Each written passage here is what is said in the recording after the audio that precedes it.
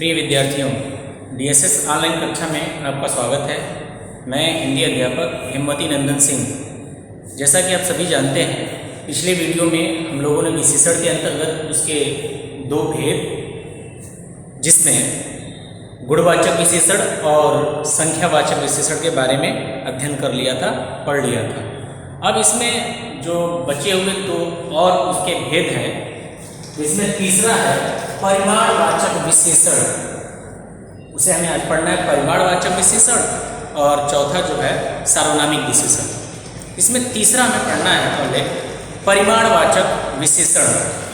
परिमाण का अर्थ होता है कि ऐसे पदार्थ या ऐसी वस्तुएं जिसका हम नाप तौल कर सकें, ठीक है, जिसका मापन कर सकें। जैसे मान लीजिए चीनी, गेहूँ, आटा, दाल, घी, तेल, पेट्रोल, ठीक। अब इनका क्या है, इनको हम नाप तौल के लेते हैं। कपड़ा हो गया, उसको मीटर में नापते हैं, उसके बाद उसका क्रय विक्रय आदान प्रदान करते हैं। तो इन सभी वस्तुओं को जो है हम परिमाणवाचक वस्तुएं कहते हैं, जिसमें परिमाण का मतलब माप तौल। और इनके संबंध में जब हम बात करें तो जो है इनको कहा जाता है परिमाण सूचक वस्तुएं हैं, जो परिमाण का सूचक होती हैं, संकेत करती हैं। तो उसी से बना हुआ है यहाँ पर परिमाणवाचक विशेषण हमें पढ़ना है। तो इसका अर्थ हो गया कि माप तौल वाली वस्तुएं। तो इसकी परिभाषा हो जाएगी कि जिन शब्दों से किसी वस्तु की मात्रा अर्थात मैंने ब्रैकेट में लिखा है माप तौल,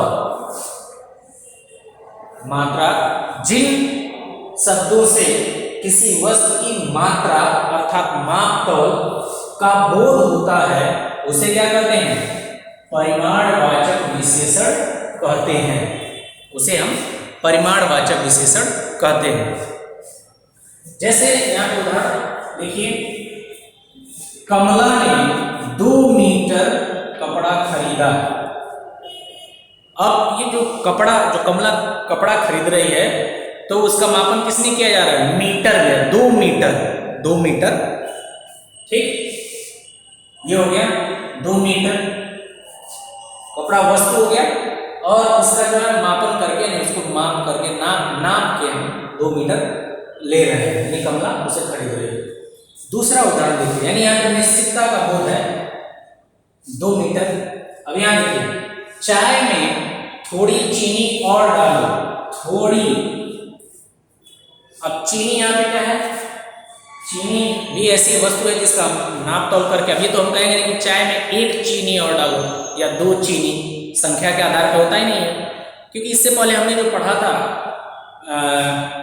विशेषण के भेद में, जो दूसरा विशेषण मैंने आपको बताया था कि संख्यावाचक विशेषण, उसमें ऐसी वस्तुएं या व्यक्ति आते हैं जिसकी हम गिनती कर सके। जैसे मान लीजिए कि 2 दर्जन केला, या फिर 2 पुस्तकें, 4 पुस्तकें, ठीक है, बगीचे में 4 आम के पेड़ हैं, या बगीचे में 10 अमरूद के पेड़ हैं, ठीक। तो यानी गिनती, ऐसे वस्तु या व्यक्ति जिसकी हम गिनती कर सकें। और इसमें क्या है, हम मापन करते हैं, माप तौल कर लेते हैं, नहीं नापते हैं, तौलते हैं, तब लेते हैं। चीनी को तौल के लिया जाता है किलो के हिसाब से, ठीक। तो यहाँ पे क्या है, अब उसकी मात्रा निश्चित नहीं है। देखिए, चाय में थोड़ी चीनी, यानी थोड़ा सा। अब ये नहीं है कि 1 चम्मच, 2 चम्मच, आधा किलो, 1 केजी, अब ये नहीं है।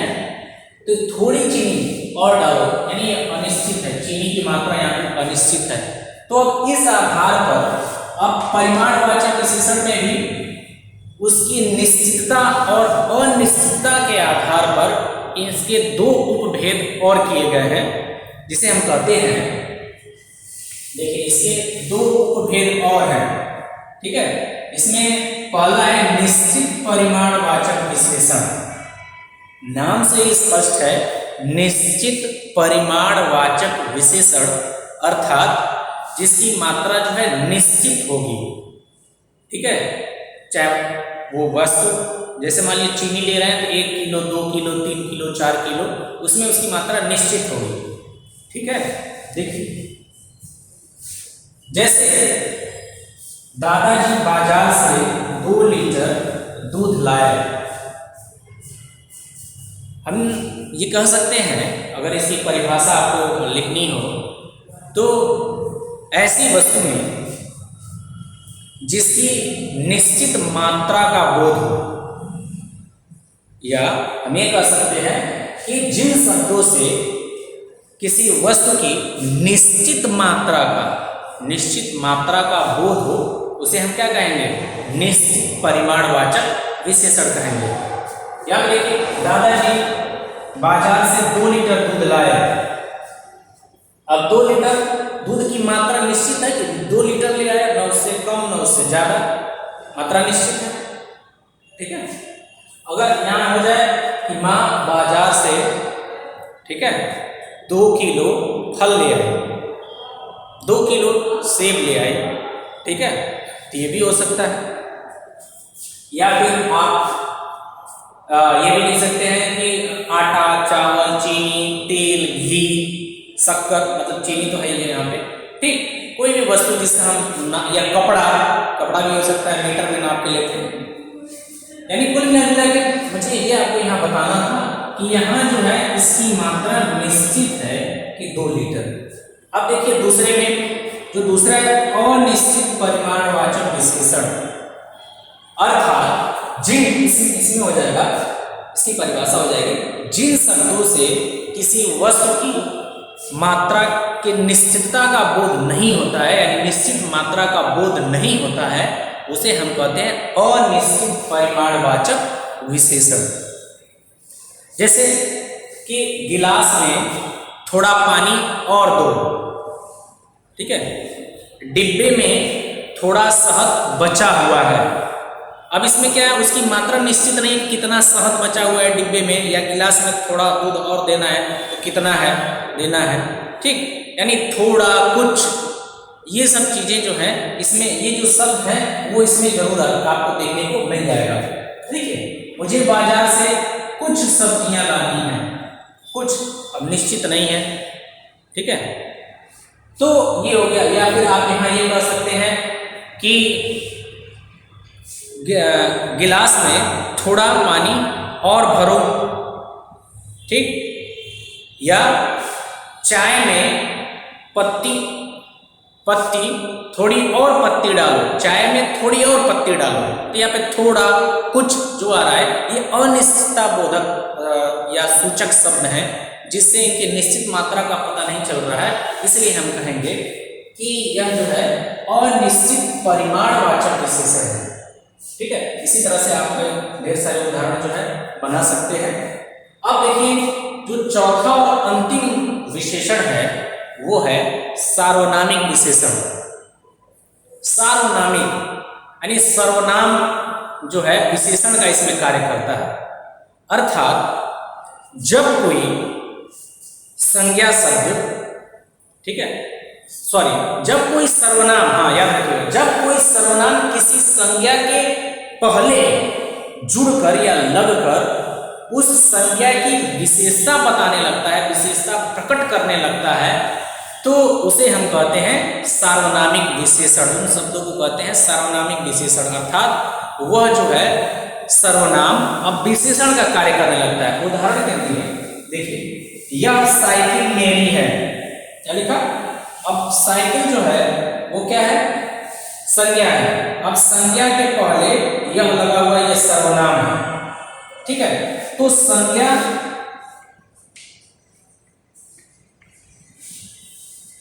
के पहले ये सर्वनाम लगा हुआ है,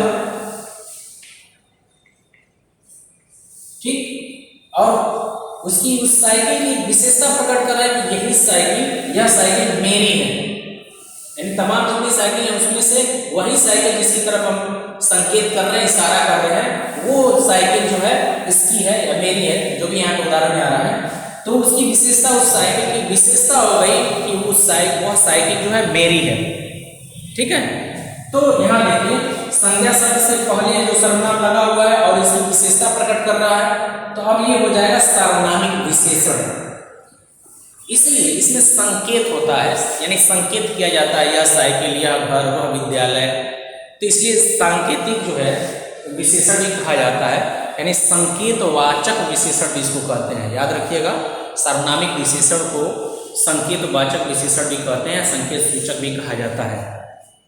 ठीक है, इसकी परिभाषा देखिए। जब कोई सर्वनाम शब्द किसी संज्ञा के पहले जुड़कर उस संज्ञा की विशेषता प्रकट करता है तो उसे हम क्या कहते हैं? सार्वनामिक विशेषण कहते हैं। अब जो दूसरा उदाहरण है यहाँ पर, जो दूसरा उदाहरण है, वह घर रमेश का है। यानी जितने भी उधर उस एरिया में, उस क्षेत्र में जो घर हैं, उसमें से उस विशेष मकान की तरफ संकेत करके ये कहा जा रहा है कि वह घर रमेश का है।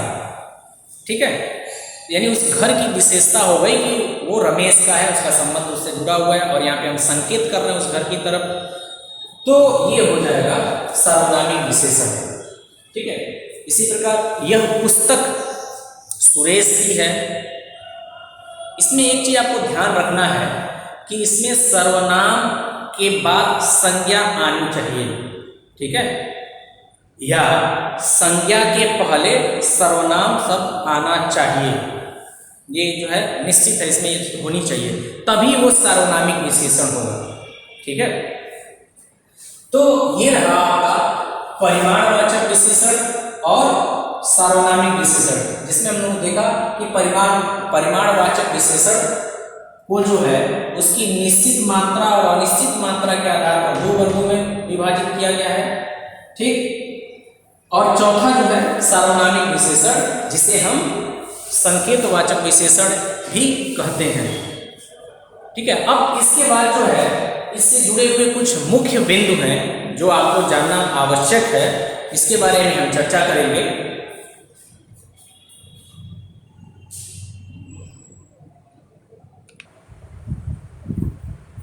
हाँ, अब विशेषण से जो है जुड़े हुए कुछ जो है मुख्य तथ्य हैं, या आप की पॉइंट के रूप में भी चाहें तो मुख्य बिंदु के रूप में इसे नोट कर सकते हैं। इसमें है कि प्रविशेषण किसे कहा जाता है, यानी जो ऐसे शब्द अब जो विशेषण की भी विशेषता प्रकट करें या विशेषण की भी जो विशेषता बताएं, ऐसे शब्दों को हम कहते हैं प्रविशेषण। यानी वे शब्द जो विशेषण की भी विशेषता बताते हैं उसे या वे प्रविशेषण कहलाते हैं। जैसे कि विमल बहुत परिश्रमी है। देखिए, अगर हम लिखते हैं विमल परिश्रमी छात्र है, तो छात्र की यानी विमल की विशेषता हो गई कि वो परिश्रमी है। अब परिश्रमी के पूर्व जो है इसके पहले लगा हुआ है बहुत, जो विशेष तौर पर इस पर बल दे रहा है, बहुत परिश्रमी है, परिश्रमी में भी बहुत परिश्रमी है। तो विमल बहुत परिश्रमी छात्र है। तो यहाँ जो ये बहुत शब्द लगा हुआ है वो क्या है? प्रविशेषण। प्रविशेषण यानी ये विशेषण की भी विशेषता बता रहा है। परिश्रमी क्या है? विशेषण। परिश्रमी जो शब्द है वो विशेषण है, और विशेषण की विशेषता बताने वाला यहाँ जो शब्द आपको दिख रहा है वो है बहुत, ये हो जाएगा प्रविशेषण। उसी प्रकार दूसरा उदाहरण, उसका स्कूटर गहरे नीले रंग का है। अब देखिए, नीले रंग का है, उसका स्कूटर नीले रंग का है, तो ये स्कूटर की विशेषता हो गई वो नीला रंग है। लेकिन उसके पूर्व जो है ये लगा हुआ है कि गहरे नीले रंग का है, अर्थात वो उस पर बल दे रहा है कि नीले में भी डार्क ब्लू यानी गहरा नीला है। तो ये नीला जो हो गया विशेषण, और जो गहरा है यहाँ लगा हुआ है वो हो गया प्रविशेषण। प्रविशेषण अर्थात इस विशेषण की ये विशेषता प्रकट कर रहा है। और यहाँ पे परिश्रमी यानी बहुत परिश्रमी यानी इस विशेषण की जो है ये विशेषता प्रकट कर रहा है, इसलिए हम इसे कहेंगे प्रविशेषण। ठीक है, अब जो है वो अगला है विशेषण की अवस्थाएं। विशेषण की कितनी अवस्थाएं हो सकती हैं? तो विशेषण की मुख्यतः 3 अवस्थाएं होती हैं। एक होता है मूलावस्था, जो उस विशेषण की मूल अवस्था होती है उसको हम कहते हैं। दूसरा होता है उत्तरतम, मूलावस्था, उत्तरावस्था और उत्तमावस्था। मूलावस्था, उत्तमावस्था और उत्तरावस्था। इसे इस क्रम में समझ लीजिए। हाँ, मूलावस्था, अब इससे कहीं अधिक जो है जब किसी की और बढ़ा चढ़ा कर उसका वर्णन करना हो, ठीक है, तुलनात्मक, यहाँ पे तुलनात्मक अध्ययन कर रहे हैं। जो मूलावस्था है इससे कहीं अधिक उत्तरावस्था, जब दो लोगों के बीच की बातें हैं, दो लोगों में से एक को श्रेष्ठ दिखाना हो तो ये उत्तरावस्था हो जाए। और जब किसी एक व्यक्ति या वस्तु की बात या उसकी विशेषता हम बता रहे हैं वो मूलावस्था के अंतर्गत आएगा, ठीक है। और जब दो लोगों के बीच की बात हो रही है जिसमें से एक को बड़ा या छोटा, एक को अधिक या एक को कम दिखाना है, वो उत्तरावस्था हो जाएगा। और जब समूह में से किसी एक को सबसे अधिक दिखाना हो, ठीक है, तो उसे हम क्या कहेंगे, वो उत्तमावस्था का तब प्रयोग करते हैं, वहां पे उन शब्दों का प्रयोग करते हैं। जैसे मधुर, अब मधुरतर, अब इसका उत्तरावस्था क्या हो गया, मधुरतर, और उत्तमावस्था क्या हो जाएगा, मधुरतम। एक चीज में और ध्यान देने की बात है कि इसमें उत्तरावस्था में तर, लास्ट में तर लगा होता है, शब्द के बाद में अंत में तर लगा होता है, और उत्तमावस्था में तम लगा होता है। अधिकांशतः ये आपको देखने को मिल जाएगा। इससे मैं बना के भी दिखाता हूँ आपको कैसे इसकी अवस्थाएं जो है चेंज हो रही हैं। जैसे देख लीजिए यहाँ पे उच्च है, उच्च, अब देखिए जब इसको हम बनाएंगे उत्तरावस्था में, जब इसको परिवर्तित करेंगे तो ये हो जाएगा उच्चतर, उच्चतर, उच्च, उच्चतर। और इसके बाद से उत्तमावस्था, उत्तमावस्था में हो जाएगा उच्चतम, उच्चतम, ठीक है। देखिए यहाँ पे तर, तम आया। अब जो तीसरा है वो है श्रेष्ठ। तीसरा जो शब्द है वो मूलावस्था में अपने है, विशेषण है श्रेष्ठ। अब देखिए ये हो जाएगा श्रेष्ठतर, श्रेष्ठतर, ठीक। और इसका मूलावस्था जो होगा वो होगा श्रेष्ठतम, श्रेष्ठतम। इसमें भी यहाँ पे लास्ट में मिला आपको श्रेष्ठतम, श्रेष्ठतर, तर और तम, ठीक है। अब निम्न, निम्न से जो इसका उत्तरावस्था बनेगा वो है निम्नतर, निम्नतर, और उत्तमावस्था इसका बनेगा निम्नतम, निम्नतम। इसमें देखिए तर और तम मिला। तो ये थी विशेषण की अवस्थाएं। विशेषण की मुख्यतः तीन अवस्थाएं होती हैं, मूलावस्था, उत्तरावस्था और उत्तमावस्था। जब किसी एक वस्तु या व्यक्ति की बात करते हैं या उसकी विशेषता प्रकट करते हैं तो वहां पर विशेषण की मूलावस्था का प्रयोग किया जाता है। जब दो व्यक्ति या वस्तुओं के बीच तुलनात्मक जब हम उसकी गणना करते हैं या विवेचना करते हैं तो वहाँ जो है उत्तरावस्था यानी विशेषण की उत्तरावस्था या उत्तरावस्था का प्रयोग करते हैं हम। और जब सब में से सर्वश्रेष्ठ यानी अधिकतम हमको दिखाना है, यानी अब उससे अधिक या उससे कम न हो, तो उसके लिए जो है विशेषण की जो तीसरी अवस्था है यानी उत्तरावस्था उसका प्रयोग करते हैं। तो उम्मीद है कि ये सब चीज़ें आपको समझ में आई होंगी। इसी के साथ जो है विशेषण जो अध्याय था वो समाप्त होता है। यदि कहीं कोई दिक्कत होगी तो आप पूछ सकते हैं, और इसमें जो अभ्यास प्रश्न दिए हुए हैं पुस्तक में उसको भी आप हल करें। अगर कहीं समस्या या कोई दिक्कत आती है तो निसंकोच आप जो है मुझसे पूछ सकते हैं, उसका समाधान किया जाएगा। आज के लिए इतना ही, धन्यवाद।